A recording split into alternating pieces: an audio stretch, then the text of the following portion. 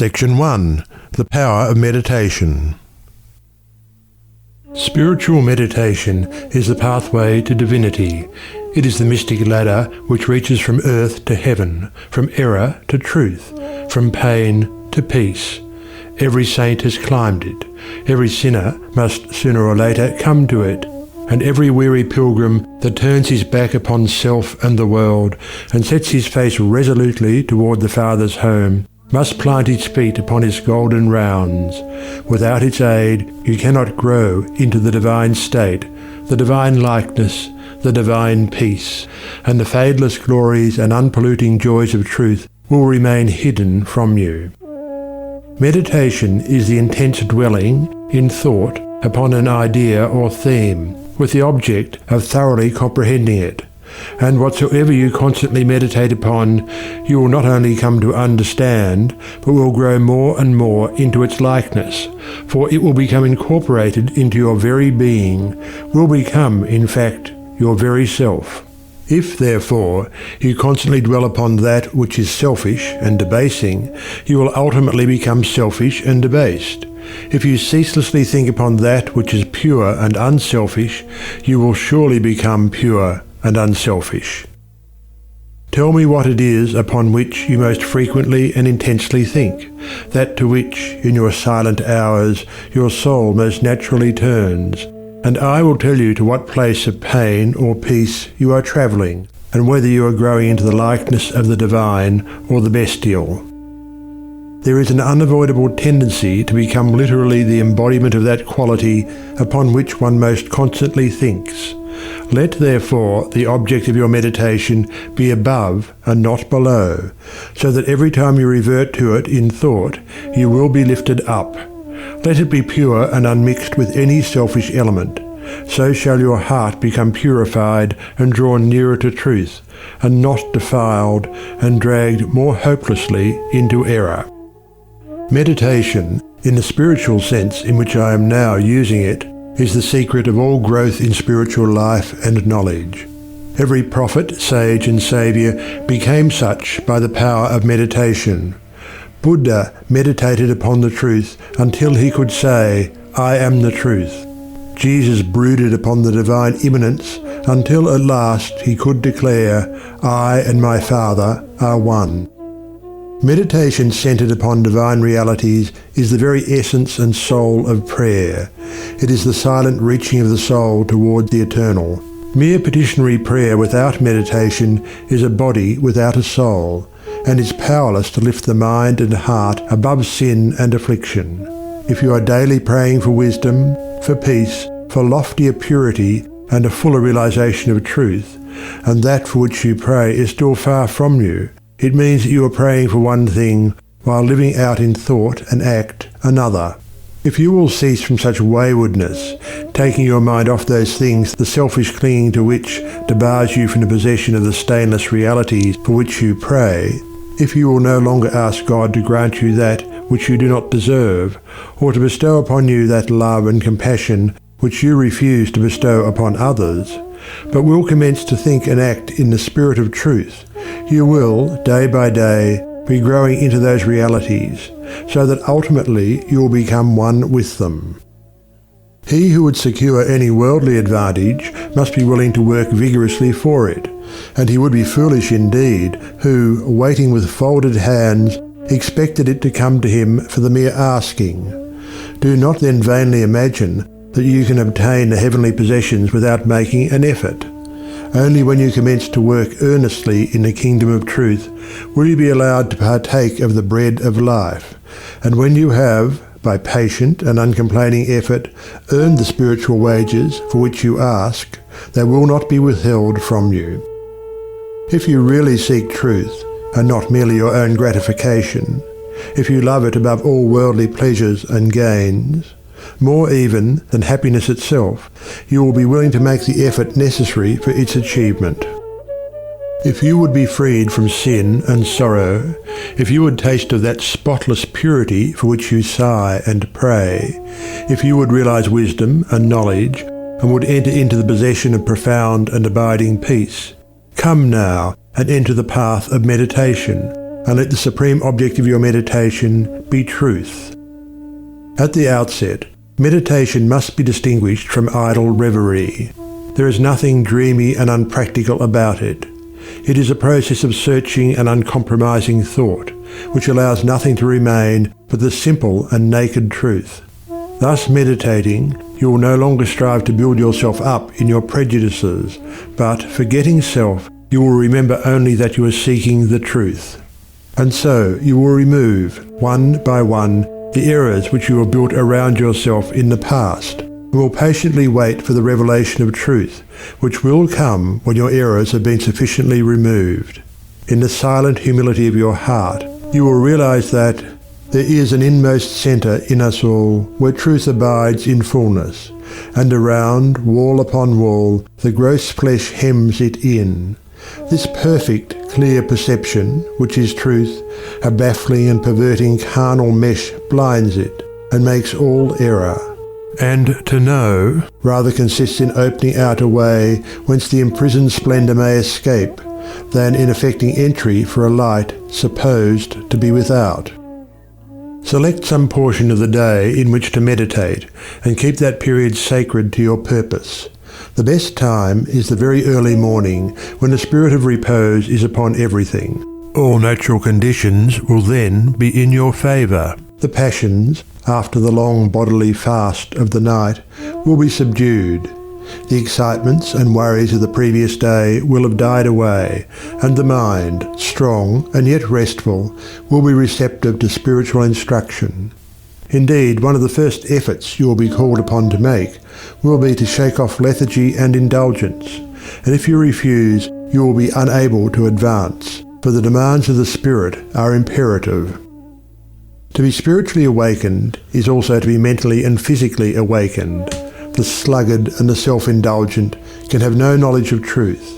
He who, possessed of health and strength, wastes the calm, precious hours of the silent morning in drowsy indulgence is totally unfit to climb the heavenly heights. He whose awakening consciousness has become alive to its lofty possibilities, who is beginning to shake off the darkness of ignorance in which the world is enveloped, rises before the stars have ceased their vigil, and, grappling with the darkness within his soul, strives, by holy aspiration, to perceive the light of truth while the unawakened world dreams on. The heights by great men reached and kept were not attained by sudden flight, but they, while their companions slept, were toiling upward in the night. No saint, no holy man, no teacher of truth ever lived who did not rise early in the morning. Jesus habitually rose early and climbed the solitary mountains to engage in Holy Communion. Buddha always rose an hour before sunrise and engaged in meditation, and all his disciples were enjoined to do the same. If you have to commence your daily duties at a very early hour, and are thus debarred from giving the early morning to systematic meditation, try to give an hour at night, and should this, by the length and laboriousness of your daily task, be denied you, you need not despair, for you may turn your thoughts upward in holy meditation in the intervals of your work, or in those few idle minutes which you now waste in aimlessness.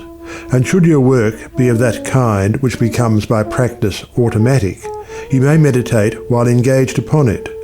That eminent Christian saint and philosopher, Jacob Boehme, realized his vast knowledge of divine things whilst working long hours as a shoemaker. In every life there is time to think, and the busiest, the most laborious is not shut out from aspiration and meditation. Spiritual meditation and self-discipline are inseparable.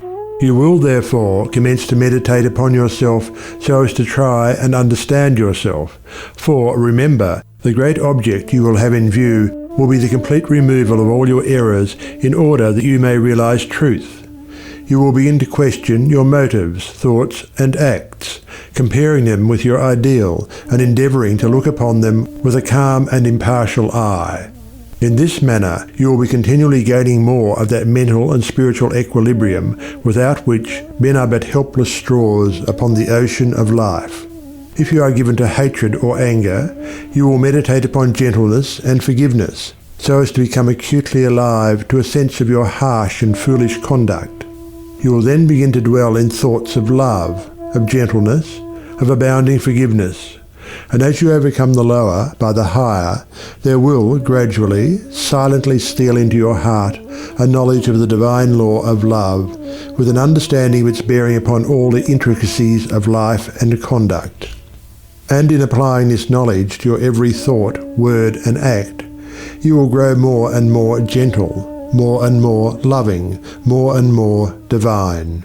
And thus, with every error, every selfish desire, every human weakness, by the power of meditation is it overcome, and as each sin, each error is thrust out, a fuller and clearer measure of the light of truth illumines the pilgrim's soul. Thus meditating, you will be ceaselessly fortifying yourself against your only real enemy, your selfish, perishable self, and will be establishing yourself more and more firmly in the divine and imperishable self that is inseparable from truth. The direct outcome of your meditations will be a calm spiritual strength, which will be your stay and resting place in the struggle of life. Great is the overcoming power of holy thought, and the strength and knowledge gained in the hour of silent meditation will enrich the soul with saving remembrance in the hour of strife, of sorrow, or of temptation. As, by the power of meditation, you grow in wisdom, you will relinquish more and more your selfish desires, which are fickle, impermanent, and productive of sorrow and pain, and will take your stand with increasing steadfastness and trust upon unchangeable principles, and will realize heavenly rest. The use of meditation is the acquirement of a knowledge of eternal principles, and the power which results from meditation is the ability to rest upon and trust those principles, and so become one with the eternal. The end of meditation is, therefore, direct knowledge of truth, God, and the realization of divine and profound peace. Let your meditations take their rise from the ethical ground which you now occupy. Remember that you are to grow into truth by steady perseverance. If you are an Orthodox Christian, meditate ceaselessly upon the spotless purity and divine excellence of the character of Jesus, and apply his every precept to your inner life and outward conduct, so as to approximate more and more toward his perfection. Do not be as those religious ones who, refusing to meditate upon the law of truth and to put into practice the precepts given to them by their master, are content to formally worship, to cling to their particular creeds, and to continue in the ceaseless round of sin and suffering. Strive to rise, by the power of meditation, above all selfish clinging to partial gods or party creeds, above dead formalities and lifeless ignorance. Thus, walking the highway of wisdom, with mind fixed upon the spotless truth, you shall know no halting place short of the realization of truth. He who earnestly meditates first perceives the truth, as it were, afar off, and then realizes it by daily practice. It is only the doer of the word of truth that can know of the doctrine of truth, for though by pure thought the truth is perceived, it is only actualized by practice. Said the divine Gautama, the Buddha, "He who gives himself up to vanity and does not give himself up to meditation, forgetting the real aim of life and grasping at pleasure, will in time envy him who has exerted himself in meditation." And he instructed his disciples in the following 5 great meditations. The first meditation is a meditation of love, in which you so adjust your heart that you long for the weal and welfare of all beings, including the happiness of your enemies. The second meditation is a meditation of pity, in which you think of all beings in distress, vividly representing in your imagination their sorrows and anxieties, so as to arouse a deep compassion for them in your soul. The third meditation is a meditation of joy, in which you think of the prosperity of others and rejoice with their rejoicings. The fourth meditation is a meditation of impurity, in which you consider the evil consequences of corruption, the effects of sin and diseases, how trivial often the pleasure of the moment, and how fatal its consequences. The fifth meditation is the meditation on serenity, in which you rise above love and hate, tyranny and oppression, wealth and want, and regard your own fate with impartial calmness and perfect tranquility. By engaging in these meditations, the disciples of the Buddha arrived at a knowledge of the truth. But whether you engage in these particular meditations or not, so long as your object is truth, so long as you hunger and thirst for that righteousness which is a holy heart and a blameless life. In your meditations, therefore, let your heart grow and expand with ever-broadening love, until, freed from all hatred and passion and condemnation, it embraces the whole universe with thoughtful tenderness. As the flower opens its petals to receive the morning light, so open your soul more and more to the glorious light of truth. Soar upward upon the wings of aspiration. Be fearless and believe in the loftiest possibilities.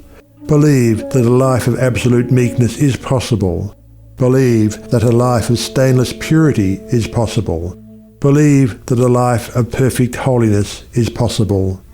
Believe that the realization of the highest truth is possible. He who so believes climbs rapidly the heavenly hills, whilst the unbelievers continue to grope darkly and painfully in the fog-bound valleys. So believing, so aspiring, so meditating, divinely sweet and beautiful will be your spiritual experiences, and glorious the revelations that will enrapture your inward vision. As you realize the divine love, the divine justice, the divine purity, the perfect law of good, or God, great will be your bliss and deep your peace. Old things will pass away, and all things will become new. The veil of the material universe, so dense and impenetrable to the eye of error, so thin and gauzy to the eye of truth, will be lifted, and the spiritual universe will be revealed. Time will cease, and you will live only in eternity. Change and mortality will no more cause you anxiety and sorrow, for you will become established in the unchangeable, and will dwell in the very heart of immortality. Star of Wisdom. Star that of the birth of Vishnu, birth of Krishna, Buddha, Jesus, told the wise ones, heavenward looking, waiting, watching for thy gleaming in the darkness of the night time, in the starless gloom of midnight. Shining herald of the coming of the kingdom of the righteous, teller of the mystic story of the lowly birth of Godhead in the stable of the passions, in the manger of the mind-soul. Silent singer of the secret of compassion deep and holy, to the heart with sorrow burdened, to the soul with waiting weary. Star of all-surpassing brightness, thou again dost deck the midnight. Thou again dost cheer the wise ones watching in the creedal darkness, weary of the endless battle with the grinding blades of error, tired of lifeless, useless idols, of the dead forms of religions, spent with watching for thy shining. Thou hast ended their despairing, thou hast lighted up their pathway. Thou hast brought again the old truths to the hearts of all thy watchers, to the souls of them that love thee. Thou dost speak of joy and gladness, of the peace that comes of sorrow. Blessed are they that can see thee, weary wanderers in the night time. Blessed they who feel the throbbing, in their bosoms feel the pulsing of a deep love stirred within them by the great power of thy shining. Let us learn thy lesson truly, learn it faithfully and humbly, learn it meekly, wisely, gladly. Ancient star of holy Vishnu, light of Krishna, Buddha, Jesus. End of section 1.